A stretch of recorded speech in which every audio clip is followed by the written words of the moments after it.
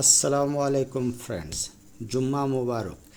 Stock market right click চ্যানেলের নতুন আরও একটু ভিডিওতে আপনাদের স্বাগতম। আমাদের আজকের আলোচনার বিষয় কনফিডেন্স সিমেন্ট। কনফিডেন্স সিমেন্ট থেকে আমরা লং টার্মে 500 থেকে 600% রিটার্ন আমরা পেতে পারি। আর পুরো আলোচনা জুড়ে আমি রাইট ক্লিক জাকারিয়া আছি আপনাদের সাথে। দেখুন আমাদের উইকলি চার্ট এখানে দেওয়া আছে। আমাদের অল টাইম হাই আছে 368 টাকা আর অল টাইম লো আছে 43 টাকা। আমরা একটা ব্যাপার জানি, আমরা যারা অ্যানালাইসিসের সাথে যুক্ত আছি, আমরা শেয়ার মার্কেট সম্পর্কে জানি, আমরা জানি একটা কথা আছে, প্রবাদ আছে, হিস্ট্রি রিপিটেড।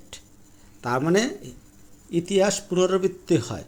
তাহলে ওই হিসাব, ওই সেন্স থেকে যদি আমরা দেখি, আমাদের হিস্ট্রি কত আছে, এই 243 টাকা আমাদের রিসেন্ট হিস্ট্রি আছে 2018 সালের।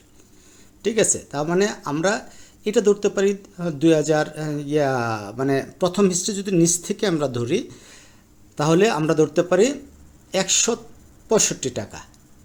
আর দ্বিতীয় হিস্ট্রি আমরা যদি ধরি রিপিটেড 240 থেকে 50 টাকা। আর তৃতীয় হিস্ট্রি কত আছে, এইখানে আমাদের একটা প্যাটার্ন তৈরি করা আছে। সেই প্যাটার্নটার নাম হলো, এই যে আমরা যারা হারমোনিক প্যাটার্ন ট্রেডিং পছন্দ করি, সেই প্যাটার্নটার নাম হলো সাইবার প্যাটার্ন। এই সাইবার প্যাটার্ন অনুযায়ী আমাদের টার্গেটটা হয়ে যায় 300 টাকার উপরে। ঠিক আছে, আর তার মানে হিস্ট্রি রিপিট যদি করে, আমাদের হিস্ট্রির অল টাইম হাই হইল 668 টাকা। তার মানে আপনারা বুঝতেই পারছেন, আমরা অন্তত যদি আমাদের সাইবার প্যাটার্নের টার্গেট আমরা নির্ণয় করি, তাহলে আমাদের 600% রিটার্ন এই স্টকটাতে জেনারেট করা সম্ভব। আর ওইটাকে বাদ দিয়ে যদি আমরা ছোট করেও আমরা ধরি, আমরা 243 টাকা আমরা রিটার্ন পেতে পারি হিস্ট্রি রিপিটেড। কীভাবে? আমরা যদি কাপ উইথ হ্যান্ডেল মানে কি বলে, মানে রাউন্ডিং বটম বলে, রাউন্ডিং মানে এই যে এখান থেকে এসে রাউন্ড হয়ে আবার এইটুক পর্যন্ত উঠবে, তাহলে আমাদের 250 টাকা মানে 40 থেকে 50 টাকা আমাদের টার্গেট হয়, মিনিমাম টার্গেট। চলুন তাহলে আমরা একটু উইকলি চার্ট বা উইকলি চার্ট যাওয়ার আগে আমরা একটা ফান্ডামেন্টাল ডাটা দেখে আসি। কারণ 600% রিটার্ন আমরা কেন পাবো, এটা একটা ভ্যালিডেশন দরকার। ঠিক আছে, আসুন আমরা ফান্ডামেন্টাল ডাটায় আসি। এই আমাদের ফান্ডামেন্টাল ডাটা। দেখেন, আমরা কোনো একটা ফান্ডামেন্টাল শেয়ার বা ব্লু চিপ শেয়ার নির্ণয় করতে হলে আমরা প্রথমেই যেটা দেখি, আমরা পি রেশিওটা দেখি।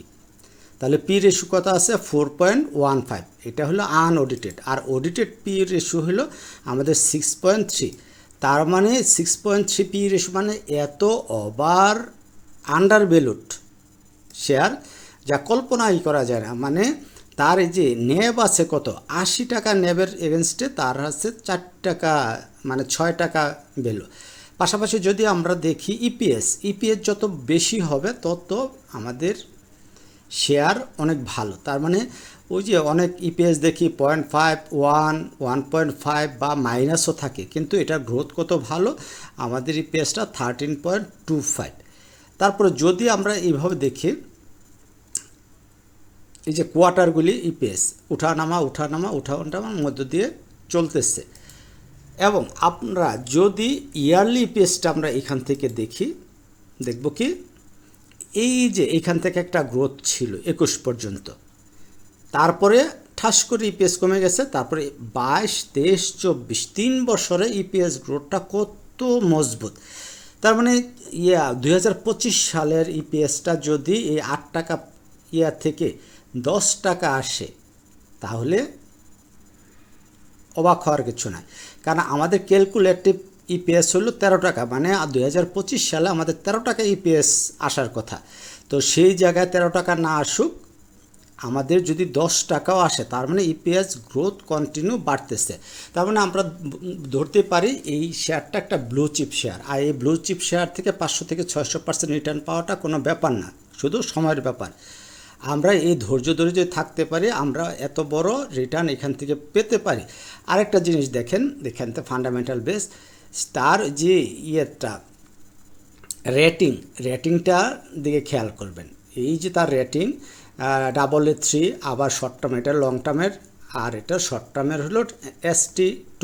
এগুলোতে আপনারা ইউটিউবে সার্চ দিবেন, সার্চ দিয়ে আপনার রেটিং কীভাবে রেটিংকে ক্যালকুলেট করে বা এর দিয়া কোম্পানি কি বোঝায় ওগুলি আপনারা জেনে যাবেন। পাশাপাশি দেখেন NOCF তার কি বলতেছে, নেট অপারেটিং ক্যাশ ফ্লো পার শেয়ারে তাদের অপারেটিং মানে এটা ইনক্রিজড হয়েছে, তার মানে কোম্পানিটা ভালো, তার অপারেটিং ক্যাশ ফ্লো ইনক্রিজ হয়েছে। পাশাপাশি ন্যাব ইনক্রিজ হয়েছে, এই দেখেন ন্যাব ইনক্রিজ হয়েছে, তার মানে কি দাঁড়ালো, কোম্পানিটা আমাদের ভালো একটা কোম্পানি। সো আমরা এই কোম্পানিতে চোখ বন্ধ করে আমরা ইনভেস্ট করতে পারি। তাহলে ইনভেস্ট করতে হলে আমাদের ইনভেস্টমেন্ট প্ল্যানিংটা আমাদের লাগবে, কখন কোথায় কিভাবে আমরা ঢুকবো। ঠিক আছে, আসুন আমরা একটা ডে চার্টে আসি। ডে চার্টে আসলেও আমাদের এই শর্ট টার্মে অতি শর্ট টার্মে একটা প্যাটার্ন তৈরি করা আছে। এই প্যাটার্নটার মাধ্যমে এটা মেবি ব্যাড প্যাটার্ন হতে পারে, হ্যাঁ আমি ভুলে গেছি, ব্যাড প্যাটার্ন, হ্যাঁ এটা একটা ব্যাড, হ্যাঁ না এটা একটা অল ব্যাড প্যাটার্ন, হ্যাঁ অল ব্যাড। তো হ্যাঁ অল ব্যাড প্যাটার্নে, অল্টারনেটিভ ব্যাড প্যাটার্নে এটা টার্গেট আসে কত, 95-96 টাকা, তার মানে এটা আমাদের শর্ট টার্মের টার্গেট। তাহলে এই শর্ট টার্মের টার্গেটটা পূরণ করতে হলে আমাদের কিভাবে আমাদের এন্ট্রি নিতে হবে সেই ব্যাপারটা নিয়ে আমরা এখন ডিসকাস করব। সরি, এইখানে আমাদের ছোট একটা চার্ট করা আছে,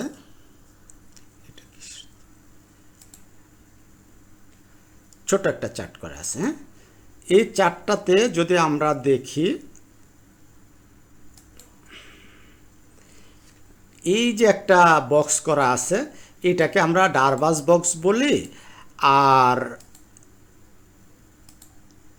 এটাকে আমরা ডারবাস বক্স বলি অথবা বক্স বলি, যেটাই বলি, বা অ্যাকুমুলেশন ফেজ বলি। এইটা আমাদের অ্যাকুমুলেশন ফেজ। তাহলে এই শেয়ারটা দেখা যায় অনেক দিন ধরে অ্যাকুমুলেশন ফেজে ছিল এবং এখনও সেই অ্যাকুমুলেশন ফেজে আছে। এখন গত দিন বুধবারে শেয়ারটা হোল্টেড দিছ, এই বৃহস্পতিবারে শেয়ারটা একটু কারেকশনে আসে, তার মানে আমরা ধরতে পারি শেয়ারটা আরও নিচে আসতে পারে, নাও আসতে পারে, আসলে হয়তো এটুকু আসবে, এসে উপরে উঠে যাবে, অথবা আবার নিচে এসে শেয়ারটা এই যে লো সেই লোতে আবার আসবে। তো এইখানে আমরা যদি লং টার্মের চিন্তা করি তাহলে আমরা এইখানে শেয়ারটা যত কমে পাবো আস্তে আস্তে 50টা 100টা 200টা করে করে শেয়ার আমরা গুছানো শুরু করব, মানে লং টার্মের জন্য চিন্তা করে। তাহলে এখানে যদি আমরা লং টার্মের জন্য চিন্তা করে আমরা শেয়ারগুলি কালেক্ট করতে থাকি তাহলে আমরা লং টার্মে একটা ভালো রিটার্ন জেনারেট করতে পারবো। পাশাপাশি আমরা যদি এটাতে বোলিঙ্গার ব্যান্ড অনুযায়ী আমরা একটা ট্রেডিং প্ল্যান সাজাই। ও আরেকটা জিনিস, এই যে MA50, এই যে MA50 দেওয়া আছে, MA50 নাকি এটা MA20, দেখি তো কোনটা দেওয়া আছে,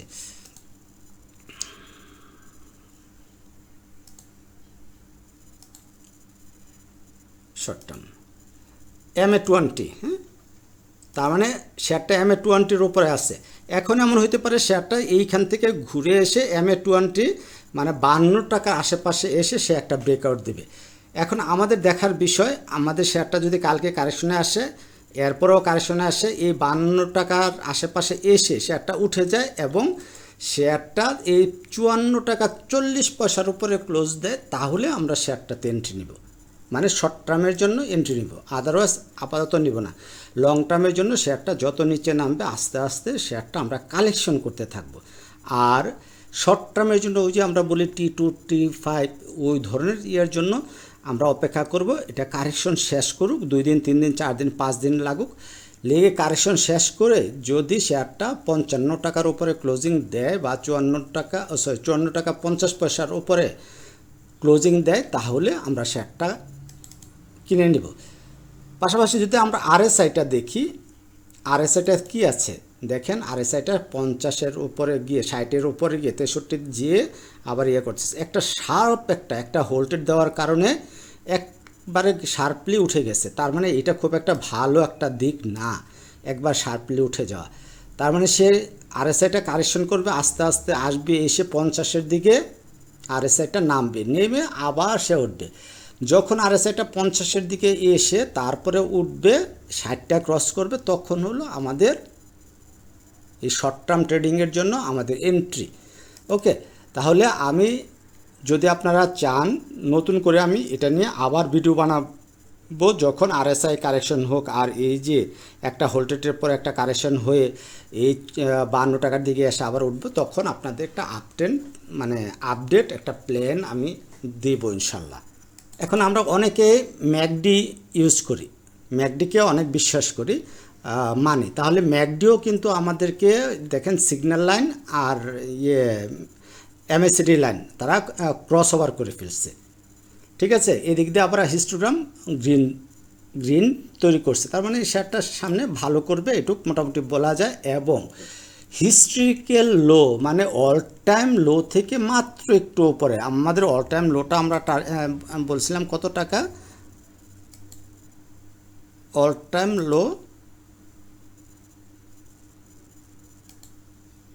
হলো আমাদের 43 টাকা, তাই না?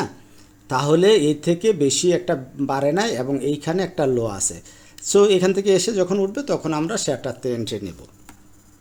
ভিডিওটি শেষ করার আগে সেই একই রিকোয়েস্ট, আপনারা ভিডিওটিতে লাইক করবেন, কমেন্ট করবেন এবং সাবস্ক্রাইব করবেন, এবং শেয়ার করতে ভুলে যাবেন না। ভালো থাকবেন সবাই, নতুন আরেকটি ভিডিও দেখার জন্য অপেক্ষা করেন। থ্যাংক ইউ, আসসালামু আলাইকুম।